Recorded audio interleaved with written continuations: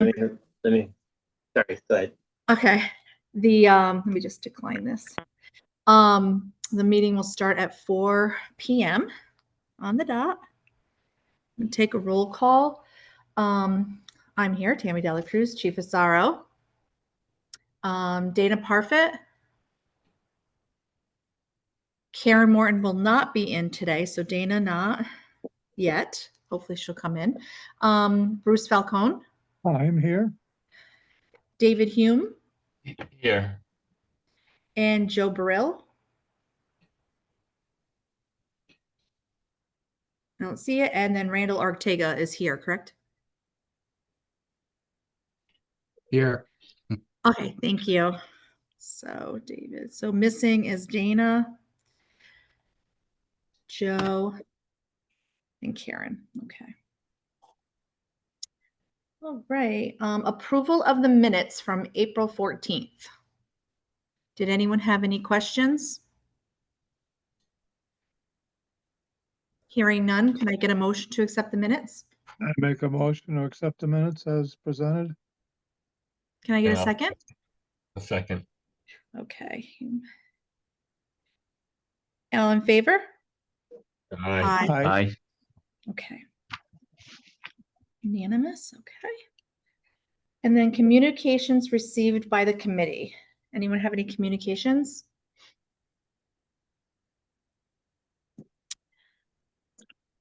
I can't tell if Ortega was talking or not. He's on mute. Okay. Okay. Sorry about that. I had a little bit, but we actually have them in our agenda. So I will go ahead and hold off for that. Is there any old business that we should discuss?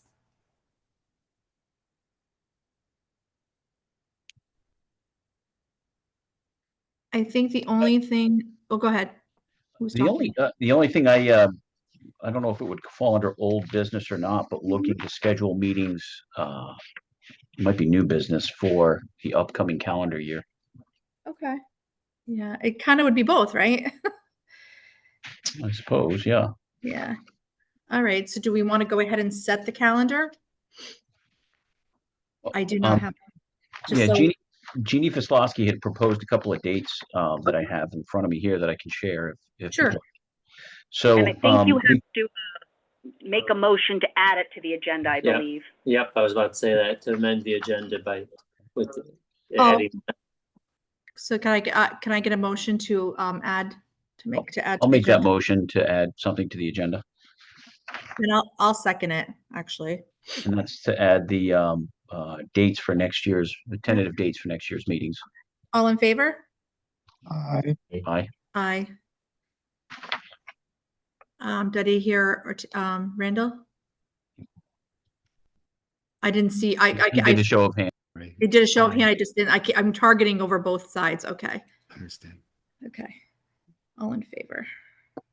Okay, go ahead. So the proposed dates are either January 12th or February 2nd or 9th, which are the first or second Monday of the year. We thought maybe pushing it to February might be better for people's calendars, but I'll defer So to it's the group. January 12th or February 9th. Yep. Just grab my. I'm sorry, can you back up January 12th or February 9th for the first meeting? Yeah, first meeting we can do an early February or January 12th. So it's either January 12th, February 2nd, or February 9th. I have no problem with either of the two. And either do I. I'm open to either one. And then we're looking at, I'll give you the other dates just to kind of go over before we approve all of them. April 13th, which is the second Monday. Easter's on the 5th, so it would be the week after that. August 4th. And then November 2nd or 9th. I don't know what election day is next year, so I don't know if we want to avoid that. It's usually on Tuesday, so. Yeah, August 4th is a Tuesday as well, isn't it? Yep. It is, yeah. We're coinciding now with National Night Out. Oh, okay. That's okay. good for us to put that out, National Night Out. I have no problem. Yeah. Yeah, and I'm gonna assume usually it's the second week in November.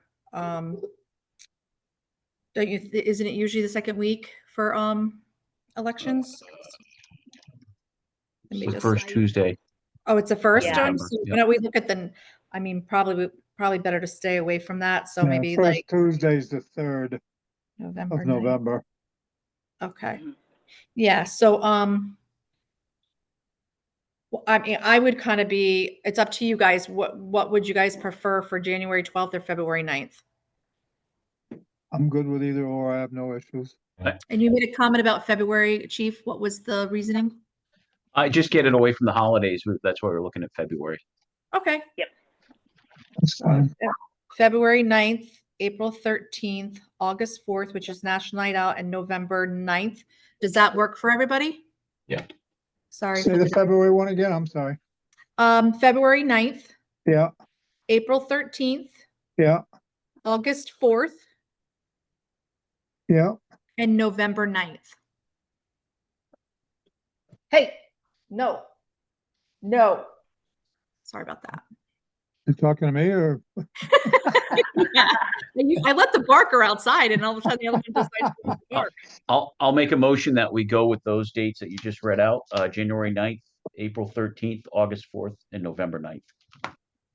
That was Anyone have a second? February 19th, right? I'm sorry, February 9th. Yes, February 9th, April 13th, August 4th, November 9th. Correct. I second a motion. Okay. All in favor? Aye. Aye. Hi.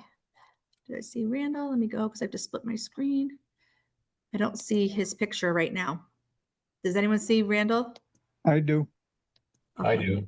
Oh, there he is. I have to go like 3 times over to find you. I am so sorry. You're in Okay. missing in action here. A lot of people on. Okay, perfect. So that passes. Okay, so any new business?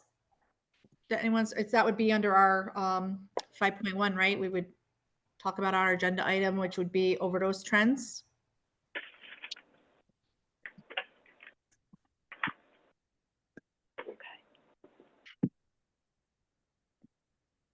Who would be speaking on the overdose trends?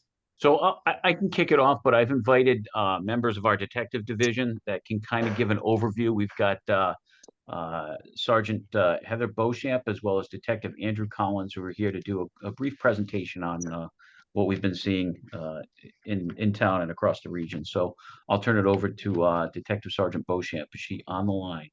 She is. Okay, Heather.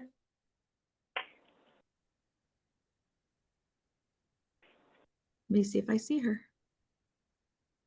Should we lose her? She was on. She's still on. Oh, you see her? I just see a phone. Oh, I do see her. She's actually muted it, Heather. If you just unmute it, then we could hear you. Yep, Sergeant Beauchamp, you're up.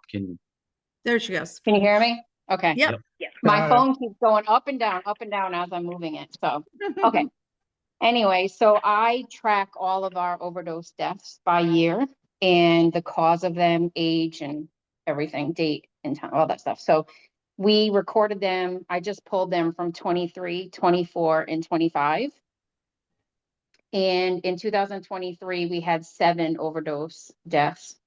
In 24, we had 3. And in 25, so far, we've had 4.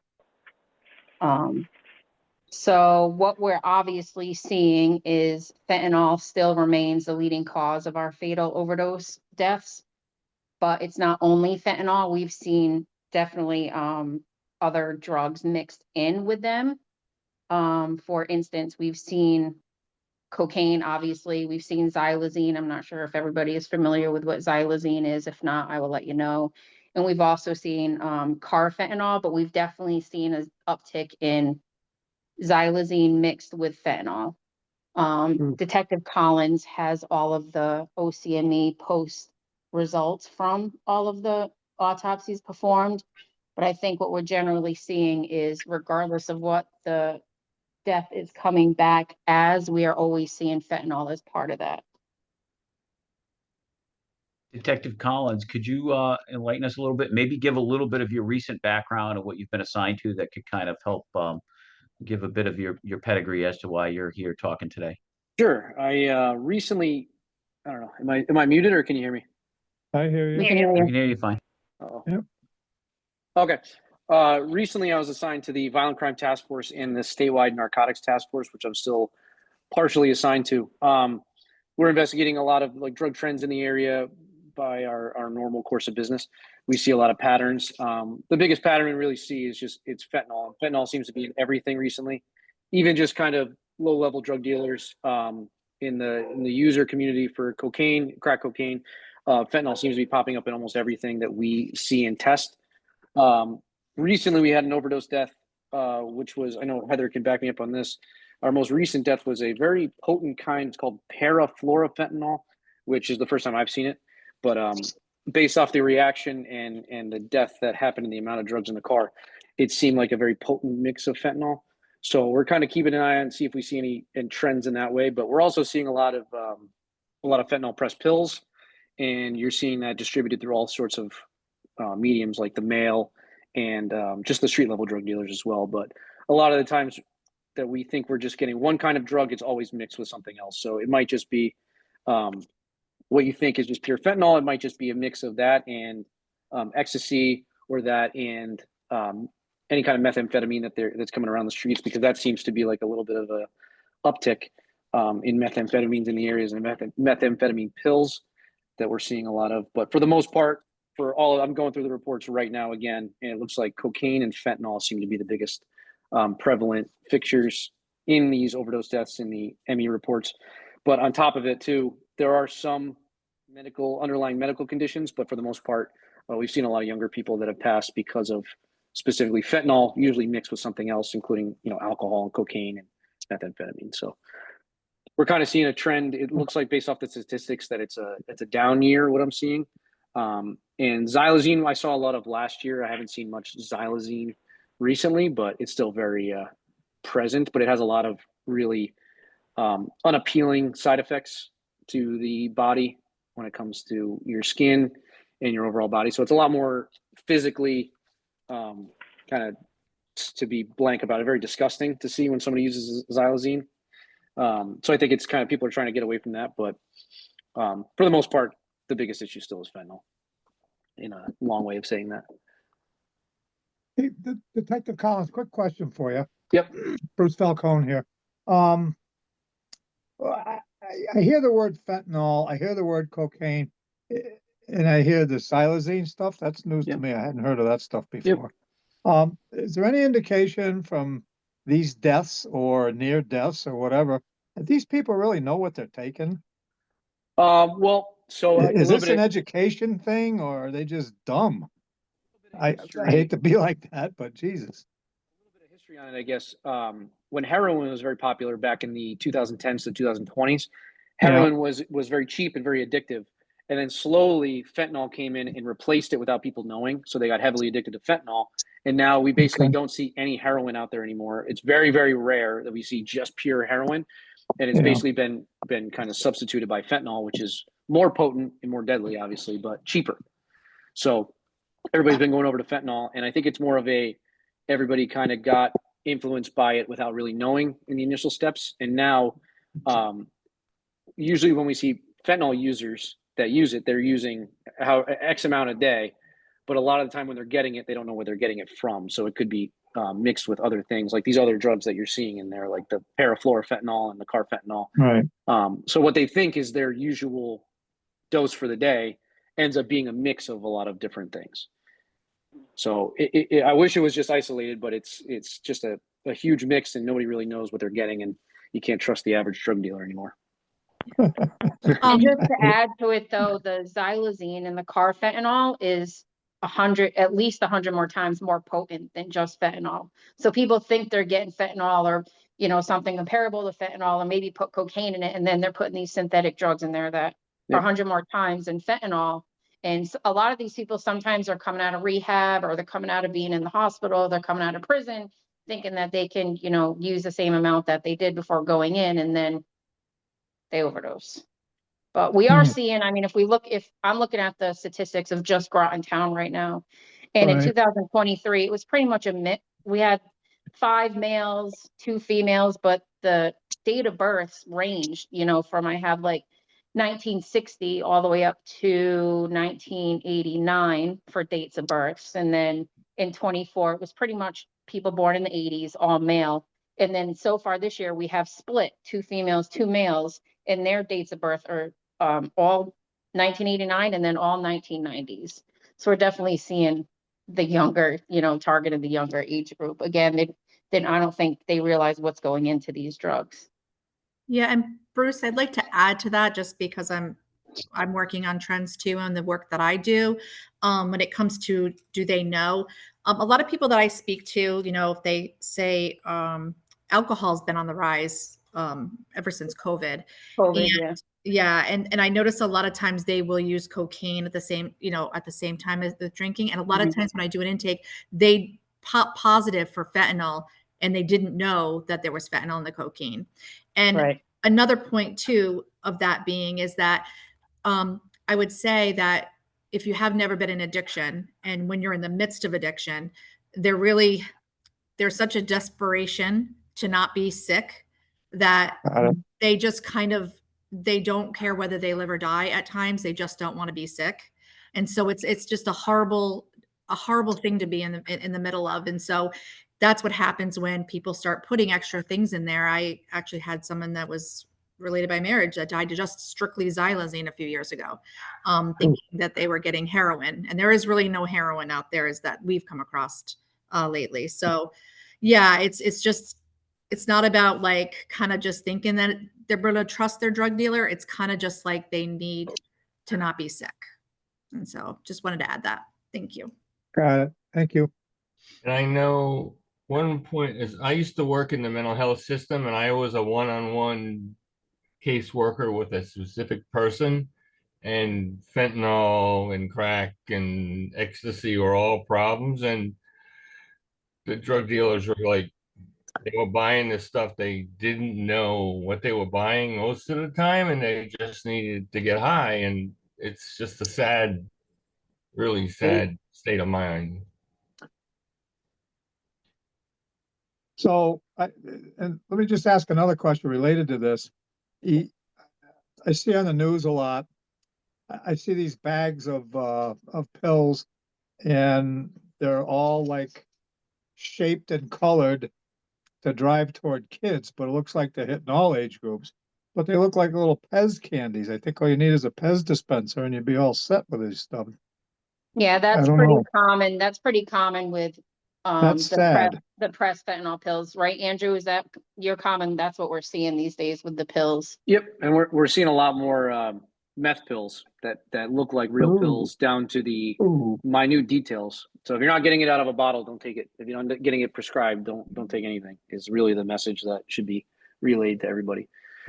Yeah, and I Especially think fentanyl pills are so specific. We weren't really even seeing meth in our area. It was more, on the other side of the country, but little by little, we are definitely seeing a lot more. I think, pretty much in the last 6 months, Andrew, maybe we've seen a really high uptick in meth. Yeah, this year specifically. And you guys probably can agree with me. It's when, Percocet, OxyContin, all that stuff hit, which was prescribed medication, legal medication. When people were, once we did a good job in fighting how people were dispersed, it's then where that started to dry up more, and those individuals were still addicted. So the next transition for them was heroin. Right. And honestly, to buy pills like that, prescription meds on the street right now, it's cheaper to go and buy a bag of fentanyl. Absolutely. Than to buy a pill. So absolutely. When they can't afford to buy a Percocet or a Vicodin, then they can go buy a $10 bag of heroin or fentanyl. Yeah. So okay. On that note, just to kind of cap this off a little bit, I went to a briefing last week regarding the Consumer Protection put this out, as well as the Attorney General's office, regarding the labeling of marijuana and cannabis here in Connecticut. Obviously, it's now legalized in Connecticut. There's been some concerns about dispensaries targeting youths or the advertisements, the way it's packaged. It's not legal in Connecticut, but there's many that you would look at the packaging and think it was something that you were buying, candy like a Skittles type wrapper or Doritos, things of that nature. It comes in the same kind of packaging. And sometimes the fear is that children will get their hands on that, overdose. And that has happened. So there's certainly a push here in the state to get those illegal products out, make sure that we law enforcement are checking to make sure that doesn't happen in our areas. And we've been doing that here. We'll continue to do that. I'd also might point out, although not directly related to overdose, is certainly part of the problem is the polydrug, which we've talked about a little bit, alcohol, different types of prescription narcotics, as well as illegal narcotics, people mixing that. And that's been an additional challenge for law enforcement to handle over the last couple of years, particularly since the legalization of marijuana. Yeah. Agreed. Yep. On that subject, Chief, I do, all of our people who pass, I read all of the reports from the medical examiner. And Tammy, as you were saying, alcohol has been so high in the past couple of years since COVID too. So along with that, I've never seen it this bad. So that is definitely, working against us at this point too. It's dropped off a little bit, but it did spike for sure. So, and one more question, probably for you, Sergeant Beauchamp, is the deaths that I'm looking at here for 23, 24, and 25. These are just for the town of Groton. How do they compare? I'm sorry? So, yep, that's just for our department. Right, your department. How do they compare with other towns or cities of our approximate population? We are not, by far, we're not high. Keep in mind, we are very transient, and we do have a lot of hotels, and we have a lot of, lower scale. So we are very transient in nature. So compared to the bigger cities, of course, we're not coming close. We do carry Narcan. So these are just our deaths. So we didn't account for how many Narcan administered Narcans we had done for these years either. But as far as if you look at the state as a whole, we are not high. Okay. Considering our area. I mean, when you get into Bridgeport, New Haven. Well, that's why I wanted to compare it to. Even we're still lower than, New London and surrounding towns like which is approximately the same population. New London, Norwich, I suspect they're all about the same population, give or take a few thousand. Right. I suspect a town like Willimantic's probably right up there. Yeah, they're pretty high, but I mean, considering our area, we do have, the hotels and. Yep. We do get a lot of transient people and drug dealers definitely going, and Andrew can account for this, but we definitely have our local drug dealers that consistently go between New London, Groton, and Norwich. So. Yeah. It's all connected, and it's all usually based out of the motels on the west side of the town. The Super 8, Motel 6, Roadway. And where, like you said, there's more overdoses happening, and whether it's Narcan from the police department or whatever, whoever's getting on the scene first, but there's also Narcan going on within the community itself. So everyone's been armed with Narcan. So we are saving lives. We'll never have an actual, count of how many people are overdosing and surviving. Because you obviously now you have people who overdose multiple times, but now mothers and fathers and girlfriends and boyfriends and people who are living with these people are carrying Narcan. So they Narcan them sometimes before we get there. They Narcan them sometimes, and we don't even get called. Yep. So we'll get called the third time when they're at a Narcan, and they'll tell us, "Oh, he overdosed, a couple of days ago, but we Narcaned him back." So there is definitely potential overdoses that we're not even finding out about. Family members are carrying Narcan. Yeah, not yet a statistic. Right. Thank you. You're welcome. Any other comments or questions? So I'd like to thank Heather and Andrew, Collins and Beauchamp for your information. And we can go on to the next one, which would be training and recruitment.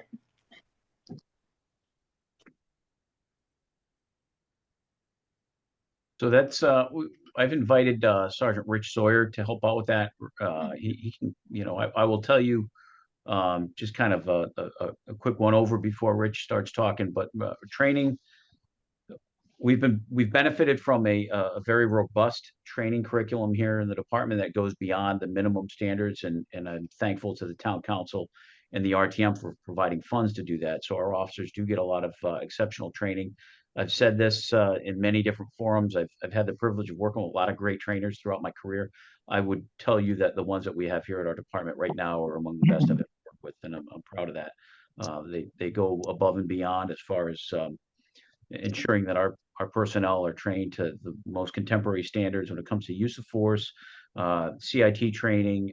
We benefited from a grant that we received to train officers in CIT and to go beyond the minimum standards with that. We've sent some folks to advanced training. CIT is critical incident training or crisis intervention training. I'm sorry. And we've really done a lot recently with trying to look at recruiting. Recruiting and retention in law enforcement is a buzzword these days. It's very difficult in today's environment, particularly in this part of the state where our department competes with every other department in southeastern Connecticut to get the best candidates into their track to be a police officer. There are standards that need to be adhered to, but it is a challenging time right now. And without further ado, I'll throw it over to Sergeant Rich Sawyer, who spearheads all that stuff for us here in our department. So, Rich, the floor is yours. Thank you, Chief. I think the chief pretty much covered it, so I'm just kidding. But he touched on a lot of the, the major components, and I just want to make sure I'm giving you all the information that you're actually looking for, because I put together a bunch of stuff to kind of present. But yeah, I think the biggest thing for me when I took over this position with training, and I even put it in a letter to the chief, was, I wanted to train our folks. We don't check the box here. We're the type of PD, and because of the support of our administration and the council, we are able to do training to the point where we can train to proficiency, not just checking boxes. And that's just something we do, not just to give our folks the best equipment and best things they need to do their job, but to keep them safe. So we do a ton of training. Obviously, our recruits get a bunch of training at the academy, and they get over almost 1,300 hours of training. 400 of that is their FTO training hours. But a lot of this stuff comes before we even get to work with these folks in their FTO or field training evaluation program that we have put together. But I will say, the great thing about what we have here at RPD is every one of us has stock in what we're doing. We're all instructors. We're all, I do firearms taser, or I used to do taser, but I also teach at the academy. A lot of us teach at the regional academies here, sometimes in Meriden. We teach here at the PD. We have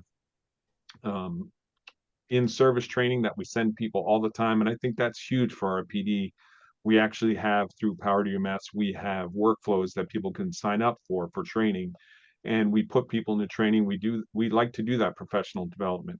And that being said, sometimes we do have constraints with our budgets, so we have to kind of do pull back a little bit on the training. But we make sure that those folks that have certifications, those folks that have those endorsements, can keep those things up and current, so that we can keep teaching, we can keep bringing that out into the community and sharing our training with folks. Because I think the biggest thing, and the chief touched upon it, and sorry, I'm rambling, this is obviously my wheelhouse, so I'm kind of going on a tangent here and there, but when you brought up the de-escalation training, we understand the huge need for that.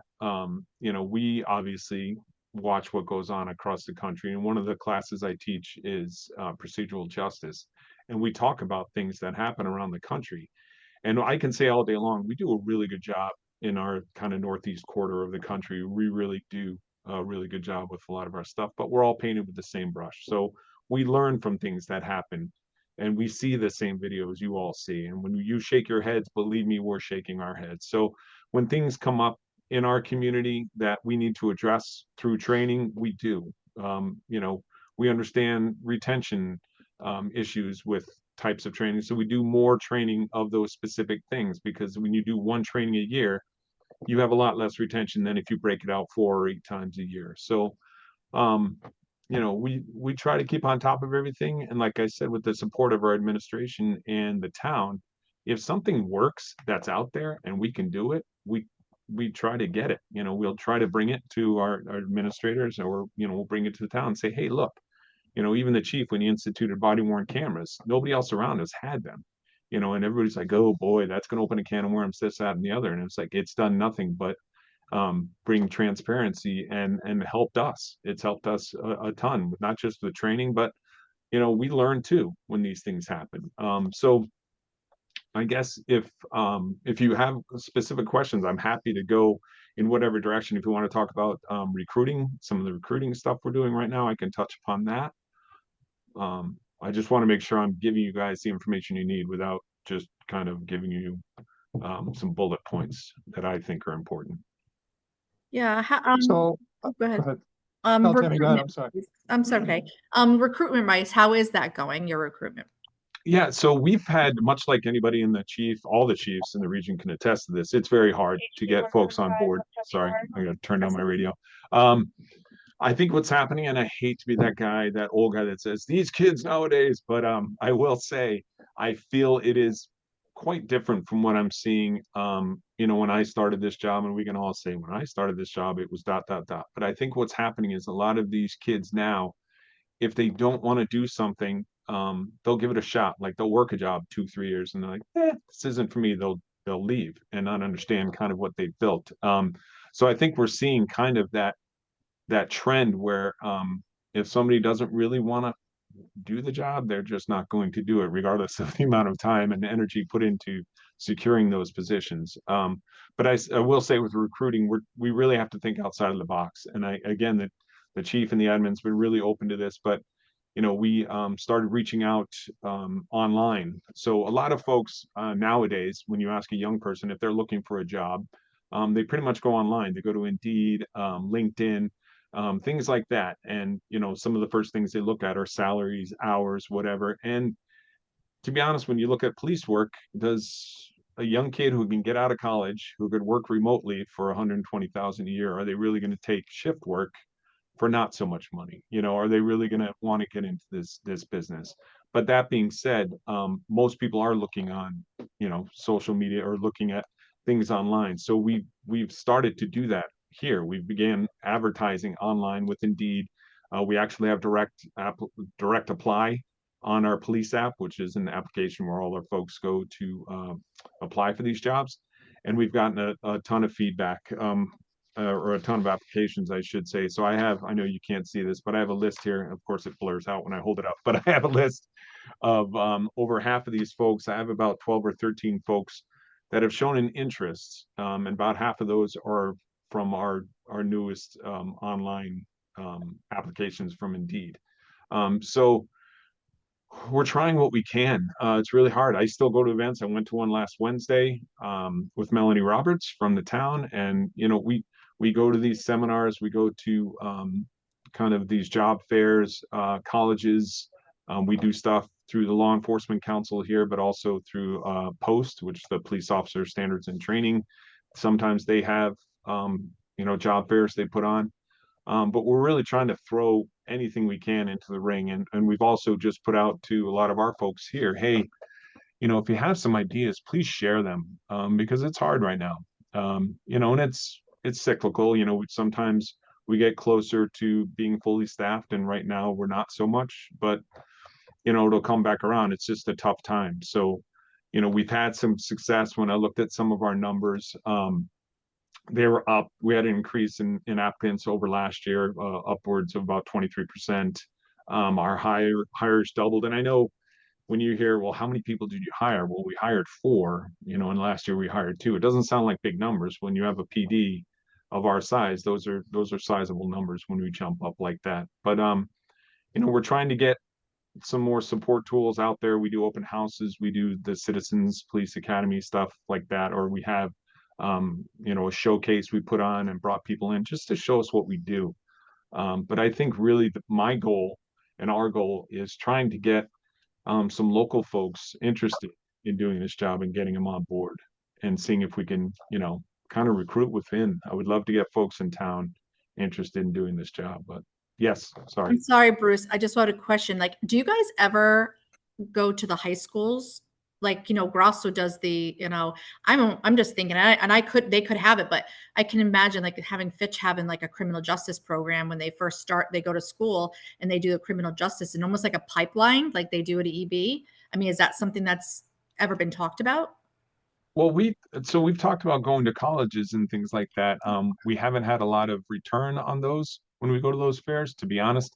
But we're open to anything. I mean, that's a great idea. I know when we go over there, we do school visits. We have every school every day. I'll go in on patrol. I don't know if those conversations happen, but maybe something more centric to kind of, hey, a recruiting, type of approach to that.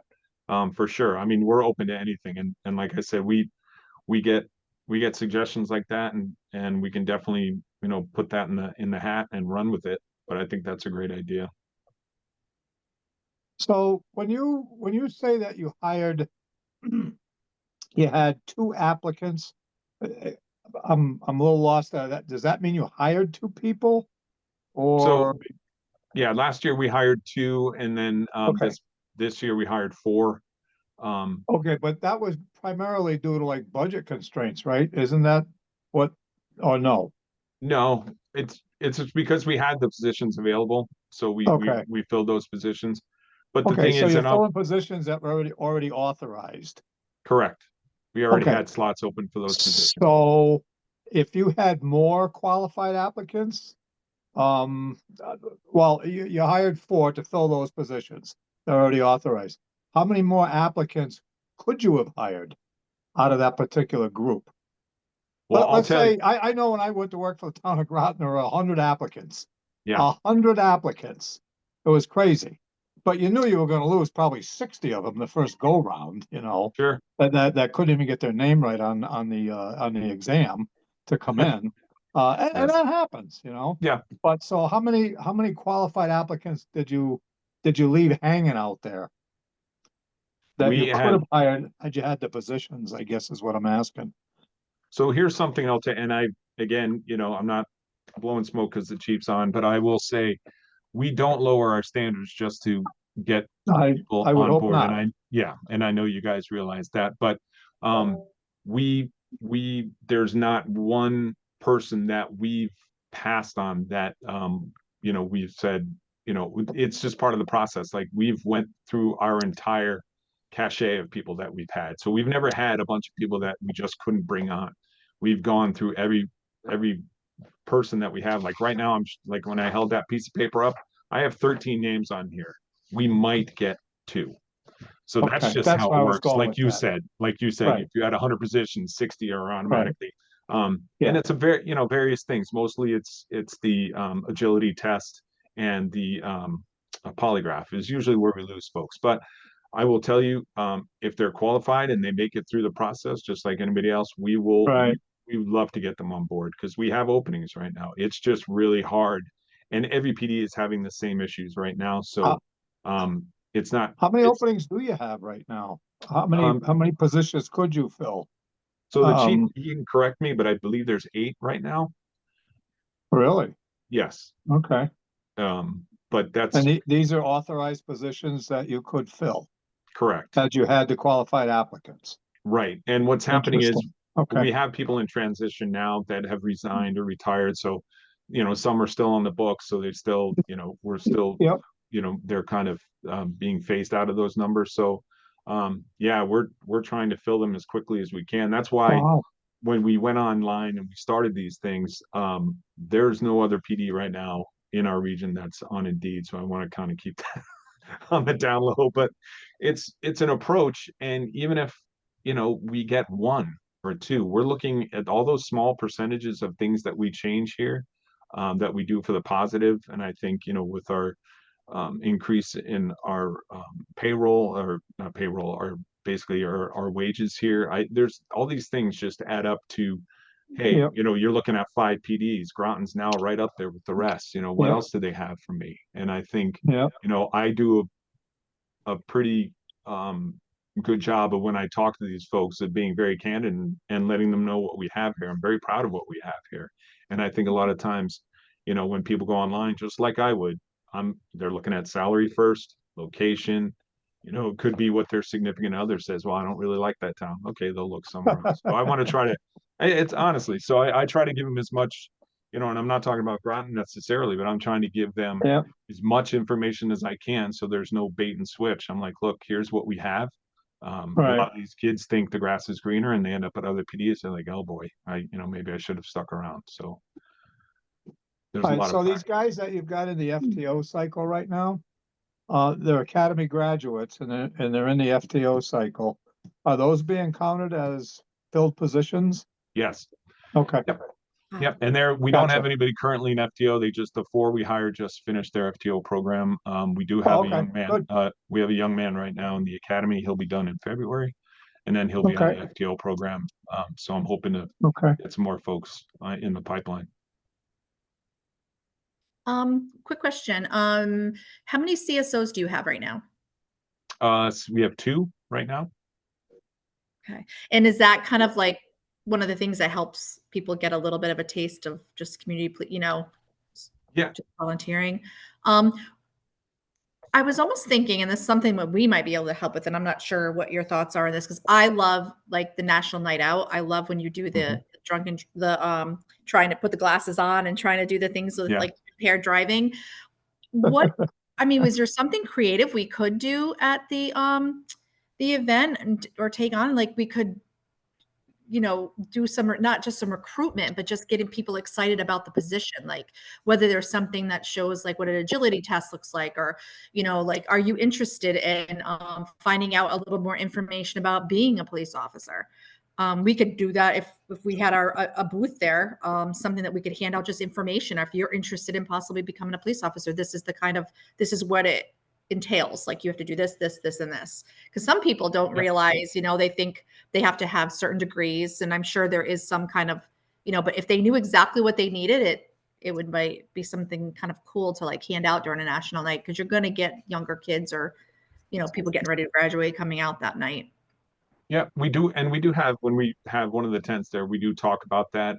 But to your point, like we have a little push-up counter. It kind of beeps when somebody's doing push-ups, that count. And we brought those to some, and it's kind of a fun thing. You're like, hey, how many push-ups can you do? Da, da, da. Oh, and then it sparks those conversations. But we do have those talks at National Night Out. But you're right, we could put again, great ideas. We could put stuff there and just kind of say, hey, this is, part of our agility. If you want to see, do you think you can handle it? You think you can try it? Whatever.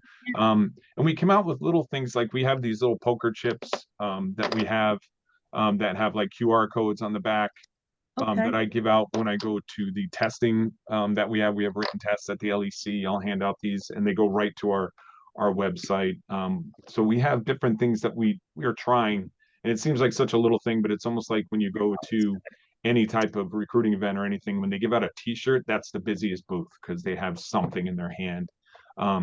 So we realize, some of that it's hit or miss, but yeah, that's a great idea. I think, we've tried so hard locally to try to get people in, from our town. We would love to have local folks. It's just the reality of it is we just don't have people applying. But you're right, National Night Out, when we have that captive audience, it's a great opportunity for sure. Thanks. Anybody have any more comments or questions regarding? Yeah, Tammy, if we're gonna go in that direction, working in a booth there on that National Night Out thing, sign me up. I'll be more than happy to help out. Okay, perfect. I'll be more than happy to work with Sergeant Sawyer and between now and then as well. So okay. Awesome. Well, and I will say we take ideas from anybody, like anything you have, like these are some great ideas. And I'll even with I went to this job fair and it wasn't necessarily fruitful, the last one I went to, but I learned some things about just kind of their fair and how they ran it and made it, it just seemed like it flowed better than some of the fairs I've been to. So even if you get like a little, maybe 1 or 2 interests was great, but like just an idea of like, hey, some good ideas out there. But we're open to anything. We'd love to get fully staffed again. I think the chief and I joke about it, but I think we were fully staffed for about 30 seconds one year. And I was like, hey, and it's just, a month later. So, Chief, we'll have to bring back the pull-up bar like they had in the old mess halls back in the day, right? If you wanted to eat, yes. if I could Some just, days I didn't want to eat that bad. depends on what they were serving. Yeah, And there just you to go. dovetail onto a couple of things that Sergeant Sawyer said, and I appreciate his efforts. And I will tell you, when he agreed to take this position as our training officer, that's also recruiting, also in charge of recruiting and selections, he had a full head of hair. So I kind of ride him pretty hard on this, making sure we get good people. It's true. But this is an important topic to me personally, because in my circles there's things that we need to make sure we get right. And one is, what I don't want to be not training to standard, because failure to train and hiring the wrong people can be problematic. So I appreciate his efforts in both of those things to make sure that our training is well above. We don't shoot for the minimum. We shoot for far above that. Hi, I'm online right now. I might suggest Yeah. everybody put your phone, Oh, okay. stuff on mute while we're on this, so that we don't get the bleed over. Bruce, I might suggest that when we're not talking, we go on mute, because otherwise it drowns out everything. Thank you. Some of the other stuff that I just want to highlight, that certainly goes into training. I'm a big supporter of our officers getting whatever training that we can provide to make them do their job a little bit better. So in recent months, we've sent people to crisis negotiation training, accident reconstruction, which is a very in-depth and robust course to do more high-profile, fatal, serious injury accident investigations. Our detectives, they've gone to a plethora of training when it comes to death scene investigation, arson investigation. We've got a very well-trained detective who does cyber investigations, that's got state-of-the-art training from the Secret Service down in Alabama. He went there for his initial and basic training, and goes there for research occasionally. And Sergeant Beauchamp, who was on here recently, attended supervisor training down there as well. And also to hit on our supervisors, that's the linchpin. The supervisors have to be adept at their jobs. So in addition to getting first line supervisor for new supervisors, we send them to FBI leads and leader classes. They go to middle management training, executive development training at Roger Williams University. There's a couple of different programs they offer there, one of which I've been fortunate enough to teach at for the last several years. And then for our mid-management folks that are getting ready to make the jump into the captain, deputy chief, and chief ranks in the future, we've got a lieutenant that's slated to go to the FBI National Academy in a year from now. We've had another lieutenant that completed the FBI National Academy a couple of years ago.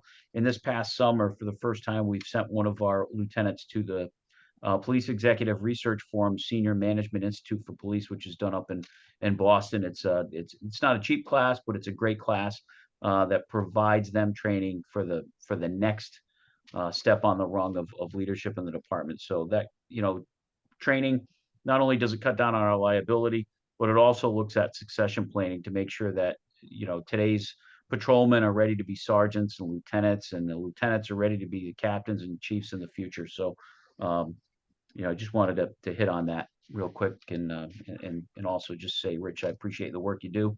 But we do have some positions to fill. And if anybody on the committee knows of a good person, Colonel Falcone will remember the days of recruiting and retention in the military, particularly in the reserves, where, that was, you were beating people over the head to stay in, but also, going out there and handing business cards out and dragging people to the recruiter saying, this is going to make a good life for you. It's a great profession to be in. So we certainly appreciate your assistance and advocacy to help us get some good candidates. But again, thanks, Rich. You mentioned your extra training with, with accidents and stuff. Have you noticed an increase of accidents in Groton? We have some hot spots. There's areas that the frequency of accidents is greater there. I mean, Groton's unique, right? We've got a lot of daytime population that comes in to work at Electric Boat and Pfizer, and they come through the town. They come from other municipalities in the area, but we also have a big influx of people for special events. We got the lighted boat parade coming up, where we bring in people that, we have the Irish parade in the spring, or late winter, early spring, where you get people come in, and they, sometimes we do see some accidents, right? We do see some things that but yeah, and to your point, the topic that we just talked about, that was one of those things we pushed hard. I didn't want to see legalization of marijuana because we don't have the adequate way of testing for DUI or for operating on the influence of marijuana. There's no test out there. Drug recognition experts are great to have, but they can't do something on the side of the road to test for intoxication based on marijuana. It just doesn't exist right now. So I maybe nibbled around the edges of that. I don't know if I totally answered your question there, Tammy, but yeah, there are definitely we do see different times of the year where there's an increase in accidents. Yeah. And it's usually based on people coming in.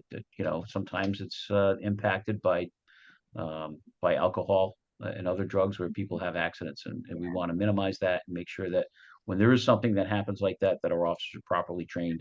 And we also, on that note, work as a collaborative effort with Groton City, Stonington, and Ledyard for a accident crash investigation team. Okay. Yeah, I had done a lot of research when they were trying to legalize marijuana, and Colorado's even minor accidents, everything had gone up.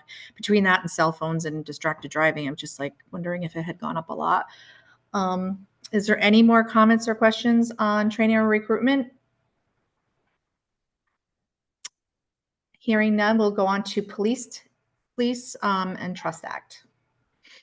All right, I'm going to try and share my screen here. I have a little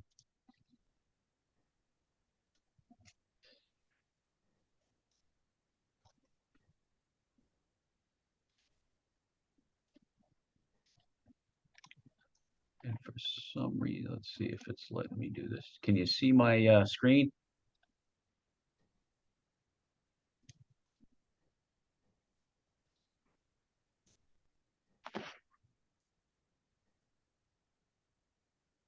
Are you able to see the presentation I have here?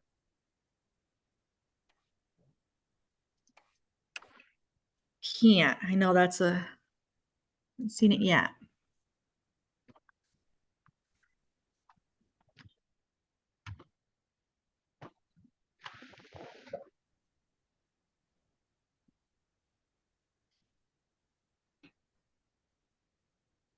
All right, just bear with me for 1 second. Let's see if I can get this.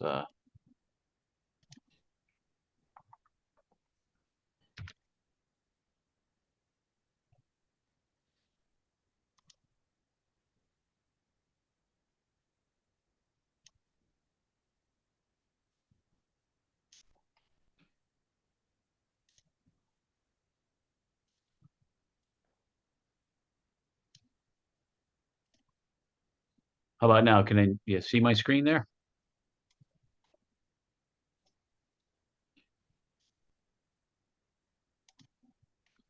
No?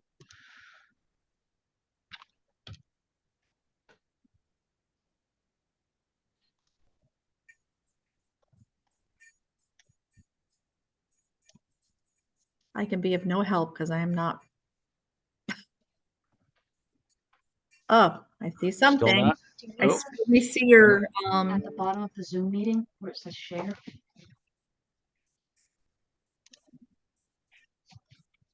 we're actually seeing your screen, like your screensaver. How about that? Can you see that now? Yep, again. All right. It only Good took a job. little while, but okay. So, is it still there? It's small, but I can still see it. I don't know why it's doing that. Well, let's do this. How about now?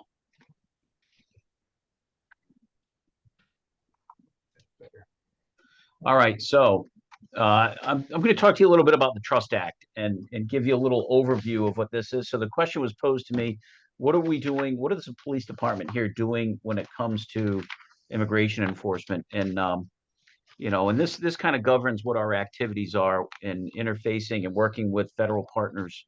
But in 2013, the Connecticut General Assembly passed what has been termed the Trust Act. It's Connecticut General Statute 54-192H.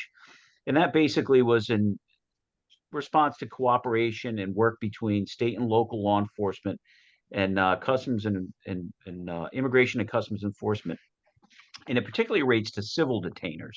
All right, so a civil detainer as opposed to a warrant that was signed by a judge. So little bit different when it comes to those two different things. I'll get into that a little bit, but basically it kind of limits the ability of state and local law enforcement working in this arena, in the sense that, you know, when it comes to a civil detainer, we really don't get involved that much. But conversely, it doesn't regulate how the federal government does it, and they still have jurisdiction here in Connecticut and every state in the United States. And in each state, there's a little bit of different nuances, but here in the town of Groton, we've had very limited interaction with federal authorities, particularly as it relates to immigration. In just canvassing some of our folks, it's been a couple of years since we've interfaced with immigrations and custom enforcement on cases. But that could, you know, could change tomorrow. Like there could be something that they have an interest in, and they come to Groton to do some enforcement, and that's certainly well within their authority.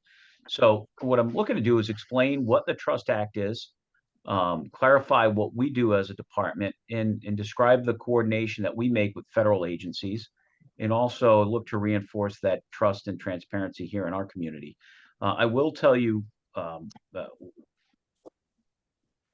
you know, that like I just hit on that since 2013, when this law was first passed and enacted by the General Assembly, it's gone through a few updates. Most recently, last year, there were some updates from this, and there's even some discussions right now if there's a special session or in the upcoming legislative session, if there might be some changes to the Trust Act. But it does somewhat limit our work with federal law enforcement, when it comes to immigration specifically.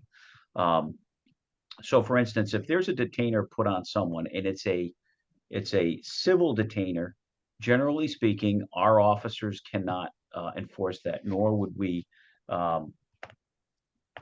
be asked to participate in that. So we don't generally get in that, and the state federal authorities here in Connecticut understand that. The idea behind the Trust Act was so that people that are here in Connecticut, whether it's legal or illegally, feel that they can trust the police, that if there's something that happens, for instance, an individual is involved in a domestic violence incident, but they're not necessarily a person that has gone through all the steps to become a U.S. citizen, that they shouldn't feel afraid to call law enforcement and look for help. And that's what that trust is supposed to talk about. So it's supposed to build that trust between law enforcement and residents of Connecticut. So, but what does it mean in practice? Well, what it means for our officers is that we just don't detain people based solely on immigrations and customs enforcement detainers, civil detainers. Now, if we arrest someone and they've been convicted of felony, or if they are, or certain felonies, I should say, or if, you know, if they're just merely in the state of Connecticut and maybe are not here illegally, but they're arrested for something else, they'd go into the court system. And there's other provisions that may prohibit federal immigration officials of going to courts. And that's certainly beyond our purview as a law enforcement department. But typically, we just don't detain people based solely on that. So if folks think that the police department here is looking for individuals for ICE detainers, we are not. All right. Officers don't ask about our immigration status during routine calls. It's really kind of beyond what we're doing. And we do not participate in enforcement actions. So, you know, we don't go out to do enforcement when it comes to just purely immigrations enforcement. That hasn't happened here. But we want to make sure our folks here in the town, the residents, people that live here, know that we serve everyone in our community equally. So if there is a need for police services, we are going to respond. Last month, on October 6th, I, along with many of my colleagues from across the state of Connecticut, attended a meeting with U.S. Attorney David Sullivan, where he introduced some of our federal partners. There were representatives from Homeland Security, from ICE, that work here in Connecticut. There is ICE enforcement that happens here in Connecticut. There's a sworn duty that our federal partners have to enforce these laws. So we kind of got an overview of what their duties are, what their expectation is of law enforcement here, and the fact that other law enforcement agencies, federal agencies that have task force officers, we don't get involved in immigration enforcement. So we discussed cooperation, and we reaffirmed what those boundaries are between state and local officials. Again, I can't emphasize it enough. The federal authority to do enforcement is almost exclusively here in Connecticut done by federal officials. That is their purview. They're able to do that. Constitutionally protected activities. They're law enforcement, and their defined roles is prescribed by federal law. As I just pointed out, we do have federal task forces here in Connecticut, and our department has been participating in those for some time. We participate in a variety of different task forces. We work with the statewide narcotics task force or the violent crime task force, which Detective Collins just told you he was a part of, and that's with the state police. But we also have officers over time that have been assigned to federal task forces. Safe Streets, the Federal Bureau of Investigations does Safe Streets, which basically is for violent crime and does a little bit of narcotics interdiction. Our officers have been involved in that. We've had officers involved in the Postal Service Task Force, where they do bulk narcotics interdiction. And we also have officers and detectives that have been assigned to the Joint Terrorism Task Force. In discussions with our federal partners at the FBI, our officers that have been assigned to that in the past or in the future are not being involved in any of those federal enforcement efforts. So, for instance, if the FBI is tasking their people to go out and assist immigration officials, they can do that, and they do that. But they don't utilize the task force officers from this department and other state and local agencies here in Connecticut. So we don't participate in that. Pretty much the position that we've taken here in this state under the Trust Act is that immigration enforcement is left to federal authorities. That is within their jurisdiction, and they handle that almost exclusively, or they handle that exclusively here in Connecticut. And why does this matter? Like I pointed out before, it builds trust and cooperation with the residents. It encourages victims and witnesses to report crimes, whether they're a witness of it or a victim of it. And it also improves public safety and community engagement. So we're going to follow the law. We're going to follow protections. That's what our department does. We don't act as an enforcement agency for immigration. If there are things that we are supposed to report by law to immigration officials, we do that, right? And those are prescribed in law and in the Trust Act as to what we're supposed to do.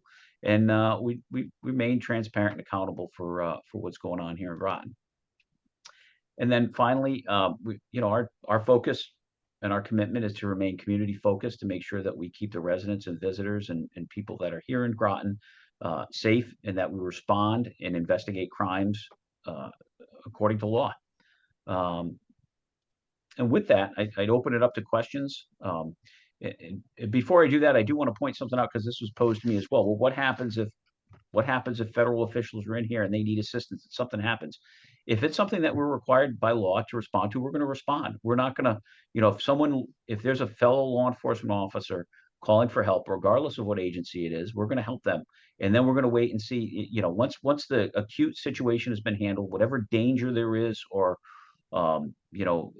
whatever situation that we've been asked to assist with is quelled and it's safe, then we'll make an assessment as to what to do from there. But we're not going to turn a blind eye to people that call for help, regardless of what their badge or patch says. If they're here in the town of Groton, we're going to provide assistance and make sure that things are done lawfully and ethically. So with that, I'll turn it over to some questions.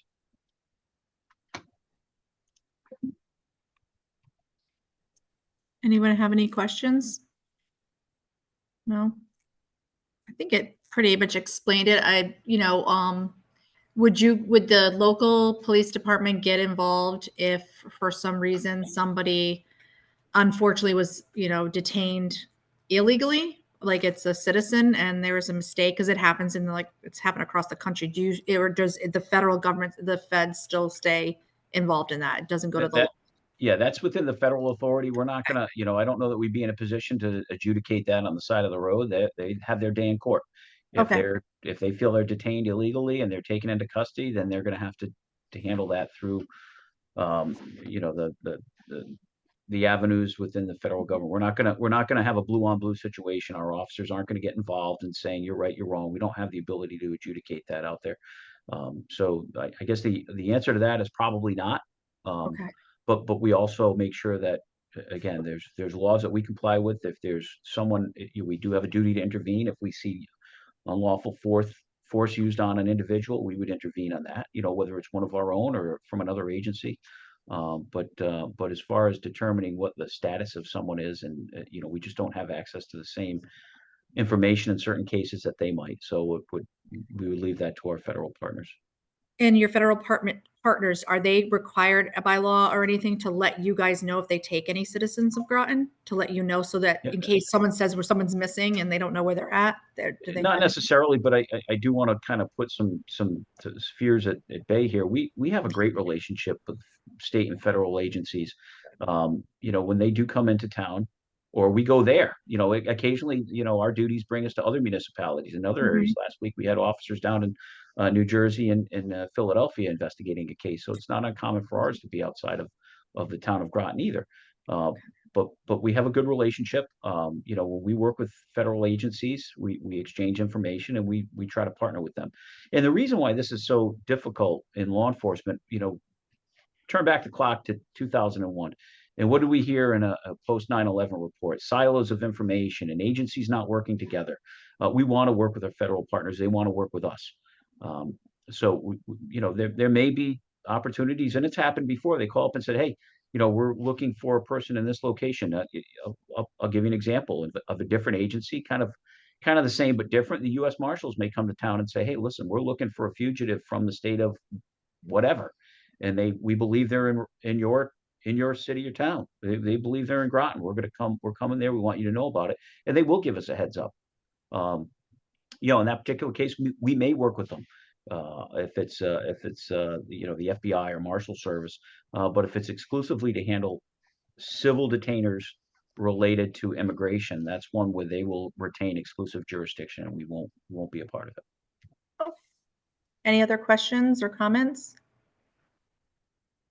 Falcone, you're hit the unmute yourself if you're talking. I'm sorry, I just saw I wasn't sure if you're talking to us.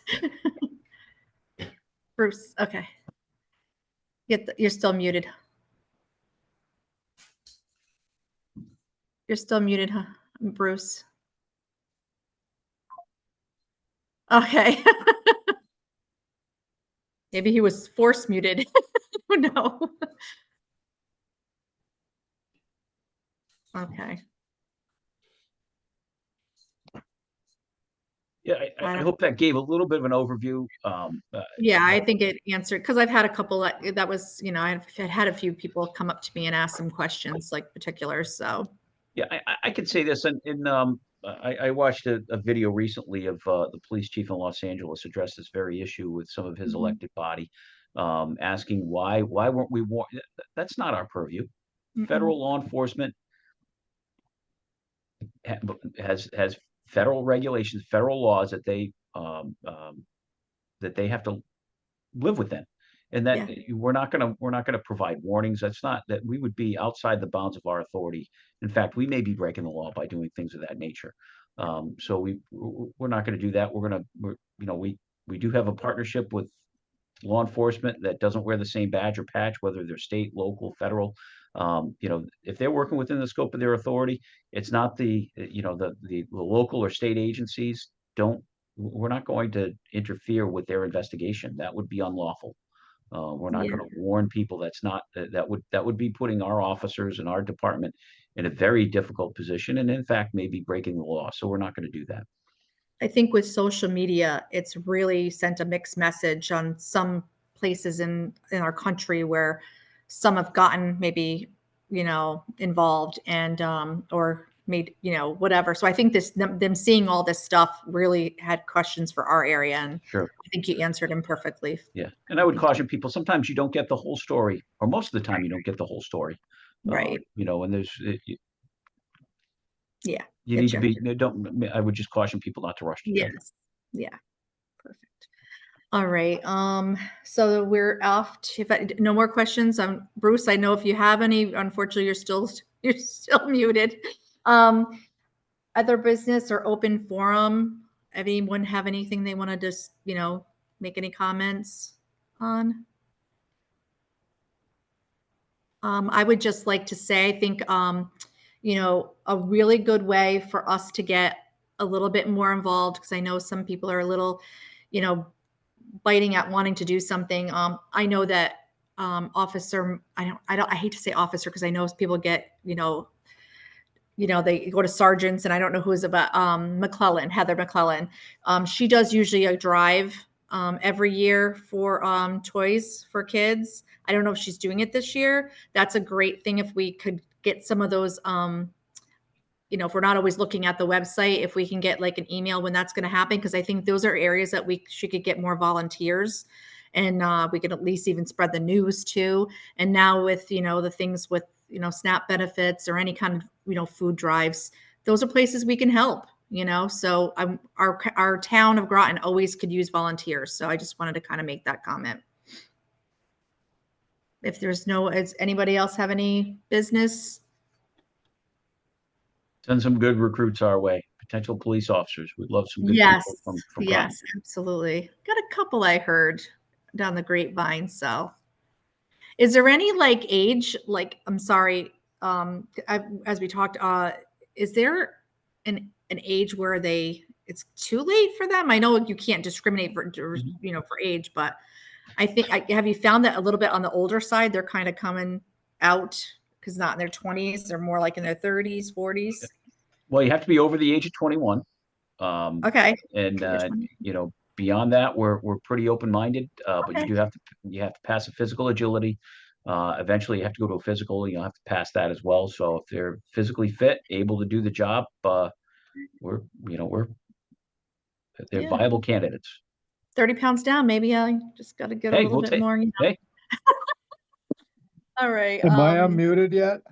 you are. You are, Oh, boy. Bruce. God, that was painful. Anything else to say? Yeah, I got one quick question on The the floor is immigration yours. thing. I'll take a second. Chief, what about if a federal agency such as ICE comes in and they ask to house any of their detainees in your facility temporarily? What does that fall under? Well, it would depend. It would depend, and I hate to give you a lawyer's answer there. Sorry to Oh, our, boy. to We have an counsel that's attorney on on the. here.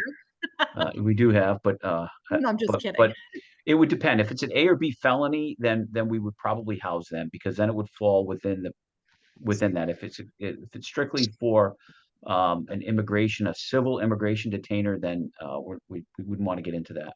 But there are certain provisions where we can assist them, and the Trust Act does outline what those are. So yes, there might be some that we could help with that, but we'd have to take it on a case-by-case basis. Okay. All right. Because I mean, if they've got like a van full of detainees, I mean, where's the nearest federal lockup? New Haven? Yeah, there's one there's a detention center in Danbury too. There's they do have some facilities. I would suspect that if something like that were to happen, it would have been a planned operation, and they would have had arrangements to detain them elsewhere. Transportation and whatnot. Yeah. To be frank, we just don't have the capacity to house prisoners for a long amount of time in large groups. I mean, we would ask them to make arrangements elsewhere. We just wouldn't have the capacity to do that. That would be something I hope they'd come to you ahead of time with, or something like that, and don't just show up at your front door with a van load of detainees. Yeah, I understand that. Okay, thanks. I would suspect it would be well planned if they were having that a large amount of people that they detained. Got it. So if I don't, any more questions or comments? If having none, I get a motion to adjourn. I could just. I'll second that. Okay. Just before I do that, I'm sorry for that. I just want to make sure we remind people when the next meeting is. We probably should say that is going to be, I got so many notes here. It's going to be February 9th. And I just want to double check the time. 4 o'clock. We're going to stick with 4. Yeah. Is that what we've been doing? Yes. Does that work for everybody? Yeah. Works for me. 4 o'clock. Fine with me. Yeah. Okay. Yep. All right, great. So we'll see you on February 9th at 4 o'clock. And I get a second on the to adjourn? Second. Okay. All in favor? Aye. Great meeting. Thank you. Thank you. Thank you.